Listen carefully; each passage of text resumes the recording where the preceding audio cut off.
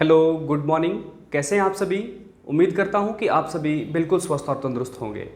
आज के सेशन में हम इंडियन पॉलिटी की क्लास नंबर 16 को आगे डिस्कस करेंगे और इससे पहले जो आपके इंडियन पॉलिटी के लेक्चर्स हुए हैं, मैं उम्मीद करता हूं कि वो सारे के सारे आपके बढ़िया से प्रिपेयर हो चुके होंगे। भैया मैंने आपको बार बार यही समझाया है कि जो आपको यहाँ से चीज़ें प्रोवाइड की जा रही हैं, आप उनको टाइम टू टाइम प्रिपेयर करते चलो। अदरवाइज इकट्ठा जब बर्डन पड़ेगा तो कुछ नहीं हो पाएगा। ना आपके पुराने वाले लेक्चर्स कंप्लीट हो पाएंगे, ना नए वाले जो आपको उस टाइम मिलेंगे, ना वो आपके प्रिपेयर हो पाएंगे। उसके बाद आप डिमोरलाइज, परेशान हो जाओगे, टेंशन में आ जाओगे, किताबें बंद करोगे और किसी प्राइवेट सेक्टर में चले जाओगे। तो ऐसा नहीं होने देना है। जब आपने एक बार कसम खा ली है कि नहीं मेरे को गवर्नमेंट जॉब ही लेनी है, तो वो आप काम पूरा करके बताओ। क्लियर है चीजें? हाँ, तो चलो आज के सेशन को कंटिन्यू करते हैं। हाँ जी, इंडियन पॉलिटी की 16th क्लास की बात करी। देखो पहले हमने इंडियन पॉलिटी की 15th क्लास में क्या पढ़ा? आर्टिकल नंबर 370 को बढ़िया से देखा था। आर्टिकल नंबर 370 सबको समझ आया है ना? हाँ, अच्छा, वहाँ पे एक छोटी सी मिस्टेक थी, उसको आप ध्यान रखना। मिस्टेक नहीं बोल सकते हो, पर जल्दी जल्दी में वहाँ पे हमने क्या बोल दिया था कि जहाँ पे यूटीज होती है ना, जहाँ पे केंद्र शासित प्रदेश होते हैं, वहाँ पे गवर्नर होते हैं। वो थोड़ी सी मिस्टेक थी, याद रखना। जहाँ पे केंद्र शासित प्रदेश होते हैं वहाँ पे लेफ्टिनेंट गवर्नर होते हैं या फिर लेफ्टिनेंट गवर्नर होते हैं। कौन होते हैं? Lieutenant governor. तो याद रखना कि जो हमारा जम्मू कश्मीर है, जम्मू कश्मीर में उपराज्यपाल होंगे या फिर उनको अंग्रेजी में लेफ्टिनेंट गवर्नर बोला जाएगा। और जो आपका दूसरा केंद्र शासित प्रदेश नया बना था, नाम था लद्दाख, वहां पे भी आपके पास कौन होंगे? लेफ्टिनेंट जनरल या फिर नाम था क्या बोल जाता है? उपराज्यपाल। अब उनके नाम हमने कल पढ़े थे, आप नीचे कमेंट सेक्शन में या जो आपका चैट बॉक्स है उसमें ये सारी चीजें लिख के दे दो। चलो जी, तो आज के इस टॉपिक को कंटिन्यू करें। आज जो हमारा इंडियन पॉलिटी का टॉपिक है वो है इंडियन कॉन्स्टिट्यूशन का part number 2। Part number 2, Indian constitution का पार्ट नंबर 2 आज हम डिस्कस करेंगे। इंपॉर्टेंट है, सबको बढ़िया से देखना है। ये क्लियर है? पार्ट नंबर 1 में एक एक चीज देखी। पार्ट नंबर 1 को तो हमने ऐसा निचोड़ दिया कि एग्जामिनर जो मर्जी कर ले, वहां पे अगर जिस मर्जी तरह का क्वेश्चन पूछा जाए हम उसको बढ़िया से अटेम्प्ट करके आएंगे। उसमें संघ और उसके राज्य क्षेत्र देखे, 8 हमारे केंद्र शासित प्रदेश हैं और 28 हमारे राज्य हैं। क्लियर है? उसके ऊपर हमने बढ़िया से चर्चा करी। आज जो हमारा टॉपिक है वो है कॉन्स्टिट्यूशन का पार्ट नंबर 2, संविधान का भाग नंबर 2। देखो, अगर मैं संविधान के भाग नंबर 2 की बात करूं तो बोला जाता है इसके अंडर आपके पास आर्टिकल नंबर 5 to 11 चलते हैं। आर्टिकल नंबर 5 to 11 देखने को मिलते हैं, मतलब अनुच्छेद नंबर 5 से 11 हम भाग नंबर 2 में पढ़ते हैं अपने संविधान में। अनुच्छेद नंबर 5 से 11 हमें भाग नंबर 2 में देखने को मिलते हैं हमारे संविधान में। अच्छा जी, तो जिस तरह से हमारा पार्ट नंबर 1 का एक टॉपिक था ना, एक नाम था पार्ट नंबर 1 का, वो क्या था? संघ और उसके राज्य क्षेत्र। उसी तरह से पार्ट नंबर 2 के भी आपके पास एक अपना नाम है, एक अपना उसका टॉपिक है। वो क्या है? सिटीजनशिप या फिर नागरिकता। क्या बोला जा सकता है? सिटीजनशिप या फिर नागरिकता। नागरिकता। क्लियर है? मोस्ट इंपॉर्टेंट है ये टॉपिक, है ना? हाँ, चलो जी। अब देखो, ये क्वेश्चंस तो वैसे ही आपके पास बनना स्टार्ट हो गए। आपको यही पूछा जाएगा कि भैया हमारे संविधान में नागरिकता का प्रावधान कौन से भाग में किया गया है? भाई किस में किया गया है? पार्ट नंबर 2 में। उसके बाद कौन कौन से अनुच्छेद उससे संबंधित है भाग नंबर 2 से? वो है 5 और 11, या 5 और 11 नहीं, 5 भी है, 6 भी है, 7 भी है, 8 भी है, 9 भी है, 10 भी है, 11, मतलब 5 से लेके 11 तक जो है वो नागरिकता या भाग नंबर 2 से संबंधित अनुच्छेद हैं। बहुत ही महत्वपूर्ण आपके पास एक विषय है, ये टॉपिक है। और मैं आपको ये चीज़ पहले ही बता देता हूं, अगर आप खुद से इस टॉपिक को पढ़ोगे तो कभी समझ नहीं आने वाला है। देखो, अगर मैं अपने कॉन्स्टिट्यूशन की बात करूं तो यहां पे बात करी है सिंगल सिटीजनशिप की। सिंगल सिटीजनशिप, सिंगल सिटीजनशिप का मतलब होता है एकल नागरिकता। एकल नागरिकता। और ये एकल नागरिकता हमने कहां से ली है वो भी आपने अपनी जो लास्ट क्लासेज है या प्रीवियस क्लासेज है वहां से आपने पढ़ा है। वहां से हमने ब्रिटेन से इसको लिया है नागरिकता। सिटीजनशिप कहां से ली? ब्रिटेन से।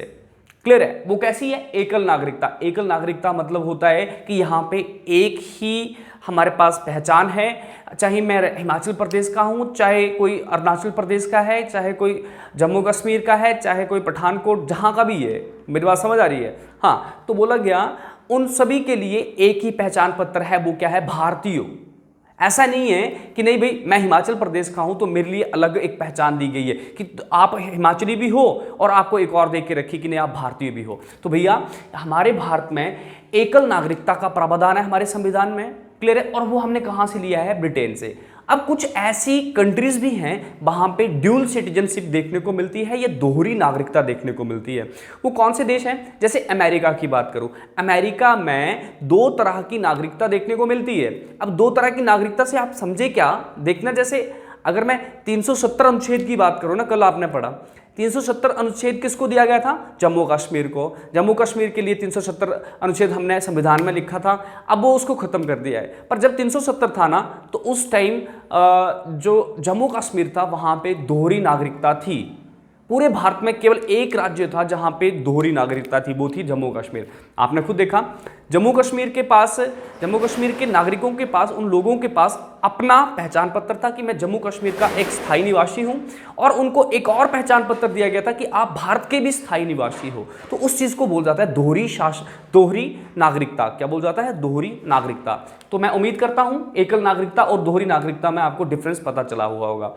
दोहरी नागरिकता मतलब क्या हुआ कि भैया हमें अगर हिमाचल प्रदेश की अलग से कोई सिटीजनशिप दे दी जाती और साथ में आपके पास इंडिया की सिटीजनशिप भी होती तो वो होती है दोहरी नागरिकता। पर ऐसा नहीं है, यहाँ पे चाहे आप हिमाचल प्रदेश के हो चाहे आप कहीं के भी हो, पर हम काउंट किए जाएंगे इंडियन। बात क्लियर है? हमारे पास कोई ऐसा प्रमाण पत्र नहीं है कि मैं हिमाचली हूं और हिमाचली को कोई स्पेशल बेनिफिट दिया जा रहा है, वैसा कुछ नहीं है। हाँ, वो अलग चीज़ है, हर किसी सिटीजन की अपनी अपनी डोमोसाइल्स रहते हैं, या जिसको हम रेजिडेंट प्रूफ बोलते हैं, है ना, वो होता है, वो चीज़ अलग है। हाँ, तो ये चीज़ क्लियर हो रही है। अब देखो, मैंने आपको पहले बोला कि ये जो पूरा टॉपिक है थोड़ा सा कॉम्प्लिकेटेड है। कैसे? देखो, हमारे संविधान में जो नागरिकता की बात हुई है ना, मेरी बात ढंग से सुननी है, हमारे संविधान में जो नागरिकता की बात हुई है वो 1950 से पहले की बात हुई है। 1950 से पहले की बात हुई है, याद रखना मेरी बात, है ना। ये भाग नंबर जो आपके पास 2 है और अनुच्छेद नंबर 5 से 11 है, इसमें केवल और केवल किसके बारे में बात हुई है? 1950 से पहले की नागरिकता के बारे में बात करी है। देखो हुआ क्या था देश में, 1947 में भारत आजाद हुआ। उसी टाइम भारत के 2 हिस्से हो चुके थे, एक को भारत बोला जा रहा था और एक को क्या बोला गया था? पाकिस्तान। अब भाई दिक्कत यहां पे ये आई कि हम किसको भारतीय बोले, कि क्या कुछ कंडीशंस रहेंगी कि जिस टाइम हम इनको भारतीय बोले। क्लियर है? तो उसी वजह से संविधान सभाओं ने, या संविधान सभा में जो काम कर रहे थे, जिन्होंने हमारे संविधान को लिखा है, उन्होंने उस स्थिति को, उस हालात को देखते हुए अनुच्छेद नंबर 5 से 11 में नागरिकता का जो प्रावधान है वो लिखा या जोड़ा। पर याद रखना वो किसके लिए लिखा था? 1950 से पहले की बात करी है। क्लियर है? अगर 1950 के बाद कोई पैदा होता है भारत में तो हमें अनुच्छेद नंबर 5 से और 11 के बीच में कोई भी प्रावधान नहीं है कि ये भारत का नागरिक होगा या नहीं। क्लियर है? तो यहां पे हमें क्या सीखने को मिला कि 1950 से पहले की नागरिकता के बारे में हमें कौन बताता है? वो बताता है अनुच्छेद नंबर 5 से 11 और अनुच्छेद भाग नंबर 2। क्लियर है मेरी बात? हाँ, अब इतनी चीज क्लियर हो चुकी है ना। अब देखो, अब जी देखो प्रॉब्लम क्या आई। 1950 से पहले जो पैदा हुए उनको तो भारतीयों का दर्जा दिया गया, उनको तो भारतीय कहा गया। क्या भाई 1950 के बाद क्या भारत में जो लोग थे वो नहीं देखने को मिले? क्या उसके बाद लोग पैदा होना बंद हो गए? नहीं भैया, 1950 के बाद भी लोग पैदा हुए और उनको नागरिकता दी गई। पर याद रखना, उनको इस प्रावधान के अकॉर्डिंग नागरिकता नहीं दी गई है, उसके लिए एक अलग अधिनियम, एक अलग कानून बनाया गया और उसको बोला जाता है 1955 का नागरिकता अधिनियम। नागरिकता अधिनियम क्या बोला गया? 1955 का नागरिकता अधिनियम। मोस्ट इंपॉर्टेंट है, जो भी चीजें आपको यहाँ पे पढ़ाई जाती हैं, मैंने बोला है कि उसका एक अपना ही महत्व होता है और हमारी कोशिश रहती है कि चीजों को पहले समझा जाए, फिर तो भाई हम खा ही जाएंगे उन चीजों को, पढ़ ही लेंगे, है ना। तो देखो क्या बोला, 1950 से पहले अगर नागरिकता के बारे में हमें पता करना होगा तो हमें भाग नंबर 2 अनुच्छेद नंबर 5 से 11 पढ़ना पड़ेगा। क्लियर है? पर अगर हमें 1950 के बाद नागरिकता चाहिए होगी तो भैया उसके लिए हमें 1955 नागरिकता अधिनियम पढ़ना पड़ता है। फॉर एग्जाम्पल अगर हम अपनी बात करें, अभी जो भी इस वीडियोस को देख रहे होंगे उन सबका जो जन्म है लगभग 90s में ही हुआ होगा, 1990 के आसपास ही हुआ होगा या कोई 2000 के आसपास, मतलब जो ये 1990 का दशक था ना उसी के बीच में सबका जन्म हुआ है, जब जो भी यहाँ पे वीडियो देख रहे हैं मैं ऐसा मान पा रहा हूँ और रियलिटी भी ऐसी ही है। तो भैया हमारा जो जन्म था 1950 के बाद हुआ, किसी का बर्थ 94 है, किसी का 95 है, तो भाई ये क्या हुआ 1950 के बाद ही हुआ ना, तो हमें इंडियन बोला जाता है। हम कौन है, हम भाई जब फॉर्म फिलअप करते हैं, कोई एग्जाम भरना होता है तो उस टाइम हमारे से पूछा जाता है आप कौन हो, इंडियन हो, तो भैया वहां पे हम टिक करते हैं इंडियन है। वो देखो हम इंडियन हैं, वो हमें किसने बोला, हमारे संविधान ने ही बोला है, पर संविधान के 5 से 11 अनुच्छेद नहीं बोल पाते हैं ना, वो बोल सकते हैं क्योंकि इसमें था ही नहीं कुछ। इसमें किसके बारे में बात हुई थी, 1950 से पहले के बारे में बात हुई थी। तो 1950 के बाद जो हमें नागरिकता मिली है ना, हम 94th की डेट ऑफ बर्थ है, किसी की 95 की है, किसी की 93 की है, तो भैया हमें जो दी गई है, हमें इस लॉ, इस अधिनियम के तहत हमें नागरिकता दी गई है। समझ आ रही कहानी। नागरिकता क्या है, एक पहचान, मैं इस देश का नागरिक हूं। क्लियर है। एक नागरिक, एक देश के नागरिक होने में और एक विदेशी होने में क्या फर्क है। फॉर एग्जाम्पल अगर मैं अपनी बात करूं, हम कौन है, भारतीय हैं। मैं एक बाहर से नेपाली की बात कर लूं, नेपाली कौन है, वो विदेशी है। भैया नेपाली को वो बेनिफिट्स नहीं मिलेंगे जो इंडियंस को मिल रहे हैं। फॉर एग्जाम्पल हमें सब्सिडी मिल रही है, सब्सिडी गैस चूल्हा खरीद रहे हैं या गैस सिलेंडर खरीद रहे हैं, उसमें हमें सब्सिडी मिल रही है। भाई नेपाली को नहीं मिलेगी वो, क्यों, क्योंकि इस देश में जो आपके पास नागरिक हैं और इस देश के जो नागरिक हैं, सबसे पहले सरकार उनको देखेगी, उसके बाद विदेशियों के बारे में बात करेगी। क्लियर है ना, क्लियर है। जिस क्षेत्र में भारतीय होंगे तो भैया ये भारत जो है वो हम ही लोगों का है ना। क्लियर है। तो यहाँ के जो संसाधन हैं वो किसको मिलने चाहिए, वो हमें ही मिलने चाहिए, है ना। तो भैया यही फर्क है। अगर मैं इंडियन हूँ, अगर मेरी नागरिकता भारत की है, तो भैया मेरे को यहाँ के सारे बेनिफिट्स मिलेंगे। और अगर मैं नेपाली, अगर मैं कहीं और से बिलोंग करता हूँ, किसी और कंट्री से बिलोंग करता हूँ, तो मेरे को कोई इस तरह का बेनिफिट नहीं मिलेगा।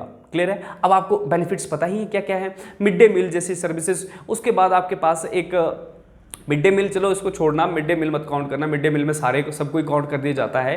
पर जैसे मैं हाईएस्ट पोस्ट की बात करूं, जब हम प्रेसिडेंट के बारे में पढ़ेंगे ना, तो सबसे पहले वहां पे लिखा गया होता है राष्ट्रपति वही बनेगा जो कि भारत का नागरिक हो। तो नेपाली कभी राष्ट्रपति नहीं बन सकता है भारत का, बात क्लियर है ना।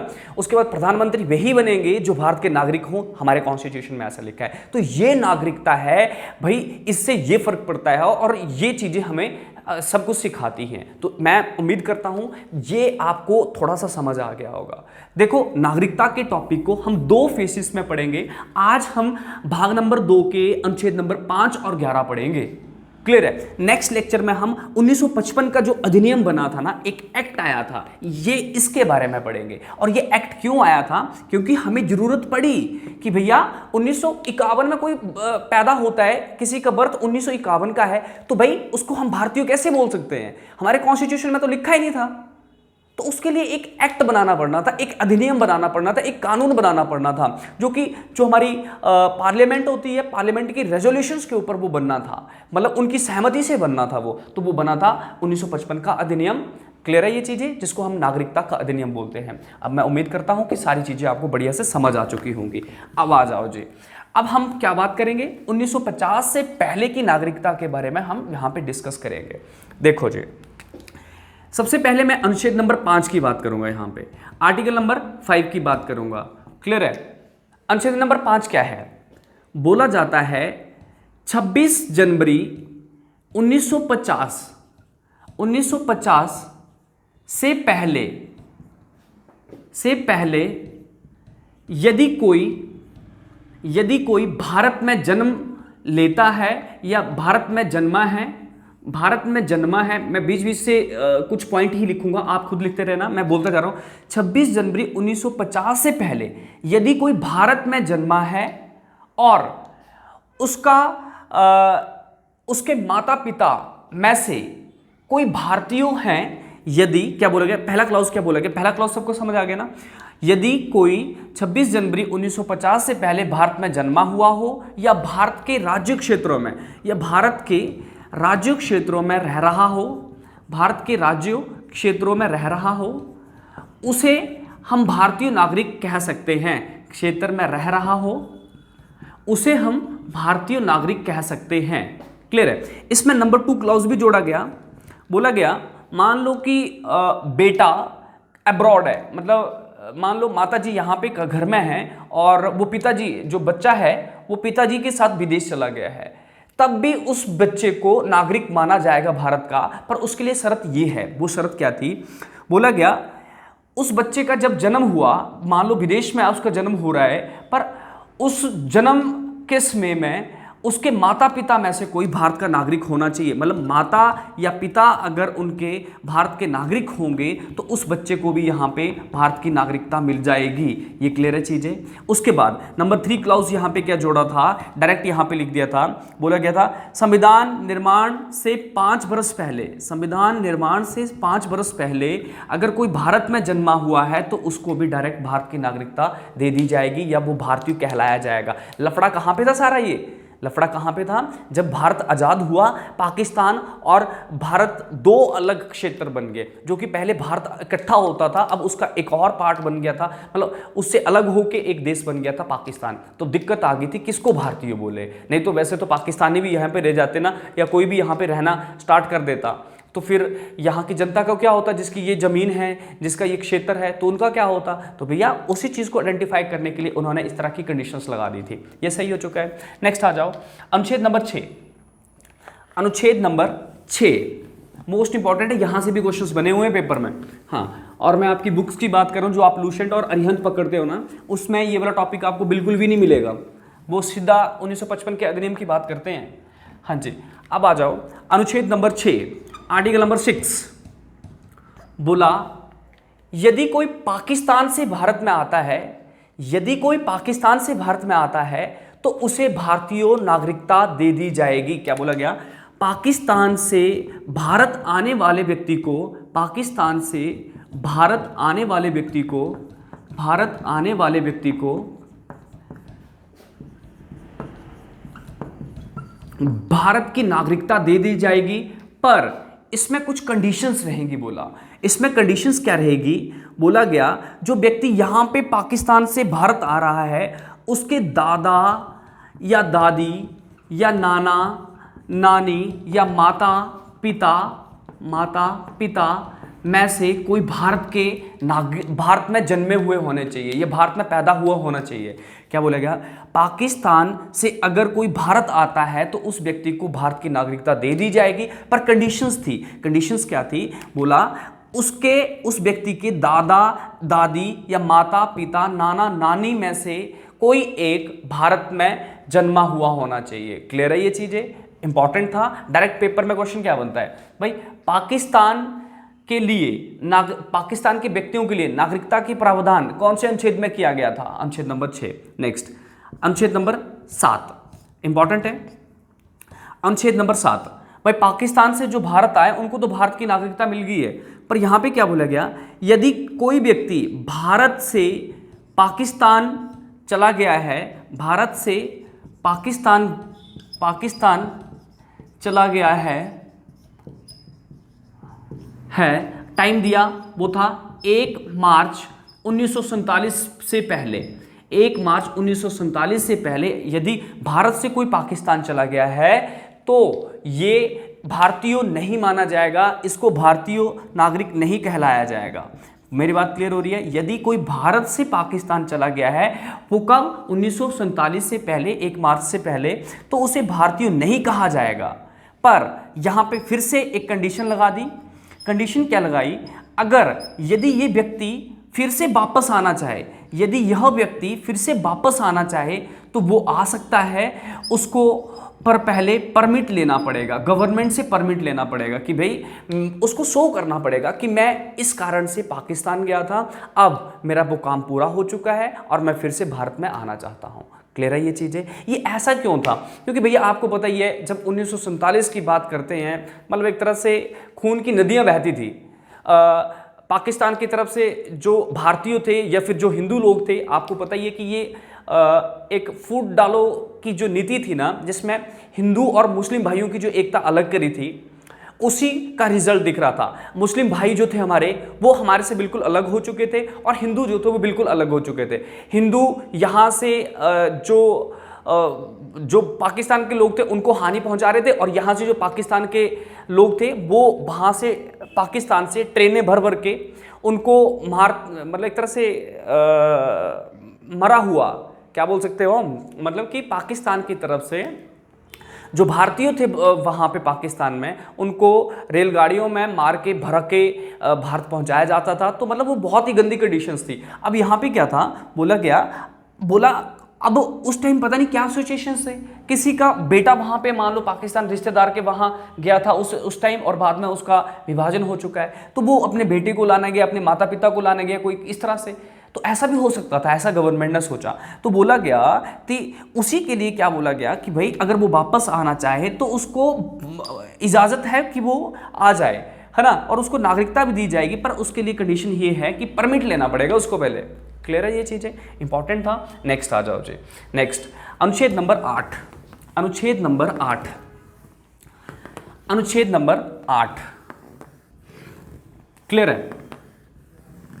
बोला गया अब यदि कोई विदेशी यदि भारत में जन्मे किंतु विदेश में रहने वाले, देखो क्या हुआ 8 में लिखना, भारत में जन्मे किंतु विदेश में रहने वाले व्यक्तियों को विदेश में रहने वाले व्यक्तियों को भी भारत की नागरिकता दी जाएगी अगर वो चाहेंगे तो। मतलब सिंपल सी कहानी क्या है, अगर किसी का जन्म इंडिया में हुआ है, वो किसी काम के सिलसिले से 4-5 साल पहले चले गए थे, क्या अमेरिका चले गए थे मान लो, क्लियर है। अब वो चाहते हैं कि नहीं भाई हमें भारत में आना है, हमें भारत की नागरिकता चाहिए, हम तो काम से गए थे, हमें वापस आना है, हमें भारत की नागरिकता चाहिए, वो हमारा घर है, तो वो आ सकते हैं बोला। पर उनको यहाँ पे एक पंजीकरण जो एक प्रोसेस है, या जो रजिस्ट्रेशन एक प्रोसेस है, वो उनको करनी पड़ेगी। रजिस्ट्रेशन मतलब प्रोसेस क्या थी, पंजीकरण, कि मतलब उनके जो डॉक्यूमेंट्स है पहले वो भरे जाएंगे, और फिर बाद में डिसाइड किया जाएगा कि नहीं इनकी सच में कोई प्रॉब्लम है, सच में ये चाहते हैं या नहीं चाहते। तो उसके बाद उनको विदेशियों में जो हमारे लोग रह रहे हैं उनको भी यहाँ पे नागरिकता मिल जाएगी। क्या बोला गया, भारत में जन्मे थे पर वो रह कहाँ पे रहे थे, विदेश में। अगर वो चाहते हैं तो वो आओ, पर उनको पहले रजिस्ट्रेशन करवाने पड़ेगी। इंपॉर्टेंट था।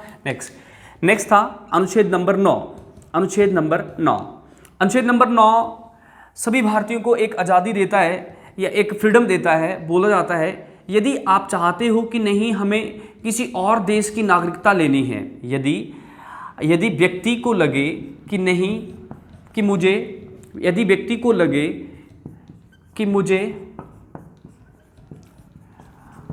विदेश की नागरिकता लेनी है, या फिर मान लो अमेरिका, किसी फॉर एग्जांपल मैंने लिख दिया किसी अन्य देश की नागरिकता लेनी है, तो वो ले सकता है, उसके ऊपर कोई जोर ज़बरदस्ती नहीं है। मतलब अगर वो भारत को छोड़ के जाना चाहता है तो वो जा सकता है, पर कंडीशन ये है फिर उसका भारत से नाम कट हो जाएगा, या मतलब सिंपल सी कहानी क्या है कि वो भारत का नागरिक नहीं कहलाया जाएगा, फिर वो भारत का नागरिक नहीं कहलाया जाएगा। फिर यही तो भाई क्या है, एकल नागरिकता, कि मतलब ऐसा नहीं है कि कोई भारत का नागरिक भी है और वो वहाँ पे जाके अमेरिका का भी नागरिक बन चुका है, ऐसा नहीं हो सकता है इंडिया में ये चीज़ फॉलो नहीं की जाती है। तो बोला गया अगर कोई व्यक्ति अपनी मर्जी से किसी और देश की नागरिकता लेना चाहता है तो वो ले, पर उस टाइम क्या होगा, उसकी भारत से नागरिकता खत्म कर दी जाएगी, उसकी भारत से नागरिकता खत्म कर दी जाएगी। भैया अगर कोई दिक्कत आएगी तो आपने बता देना है, पर जो मैं बता रहा हूँ वो चीज़ें लिखते चलो। नेक्स्ट क्या था, अनुच्छेद नंबर 10 बोला भारत की नागरिकता कानून के आधार पर है। लिख लेना, भारत की नागरिकता क्या लिखा, अनुच्छेद नंबर 10 कानून के अंडर है। भारत की नागरिकता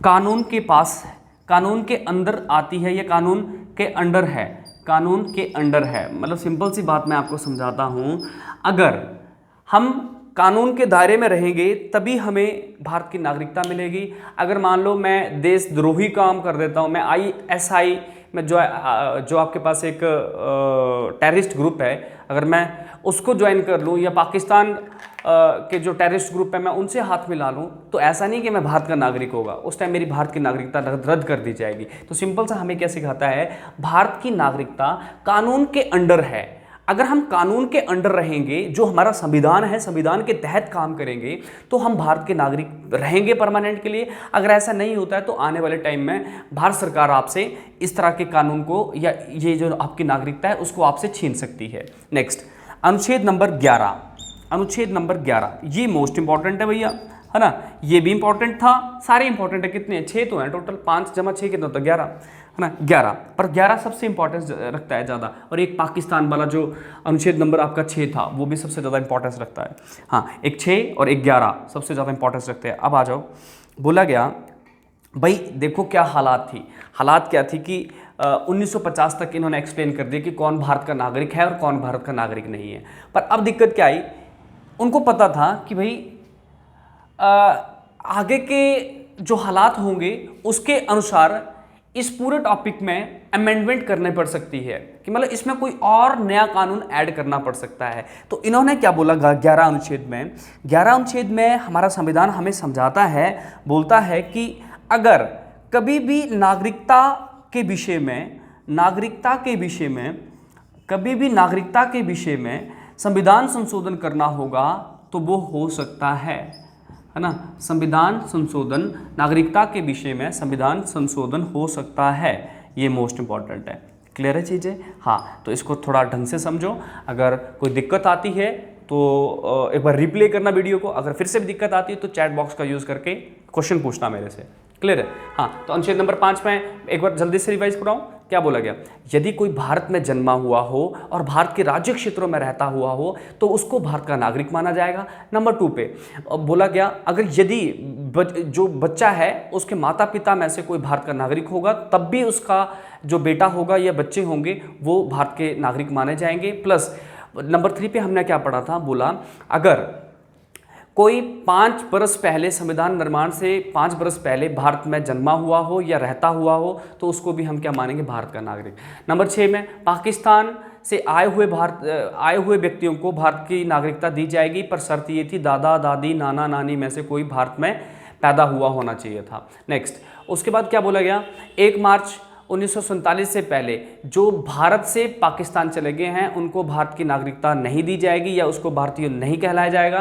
पर शर्त ये है, अगर वो फिर से वापस आ जाता है, किसी काम के उद्देश्य से बाहर गया था, अगर वो वापस आ जाता है तो उसको भारत की नागरिकता फिर से दी जाएगी, पर परमिट लेना पड़ेगा भैया। उसके बाद अनुच्छेद नंबर 8 हमने देखा, भारत में जन्मे किंतु विदेश में रह रहे हैं। फॉर एग्जाम्पल, हमारे जब मेरा बर्थ हुआ तो जो मेरे माता पिता थे वो सारे विदेश में रह रहे हैं। क्लियर है? अब भैया उनके पास तो नागरिकता है, वो काम के उद्देश्य से गए थे, उन्होंने वहाँ पे सिटीजनशिप नहीं लेके रखी है। हर किसी को बाहर की नागरिकता नहीं मिल जाती है। जैसे फॉर एग्जाम्पल बहुत सारे लोग कनाडा जाते हैं ना, कनाडा, तो हर कोई कनाडा का नागरिक नहीं बनता है, वो बहुत लंबा प्रोसेस होता है। क्लियर है?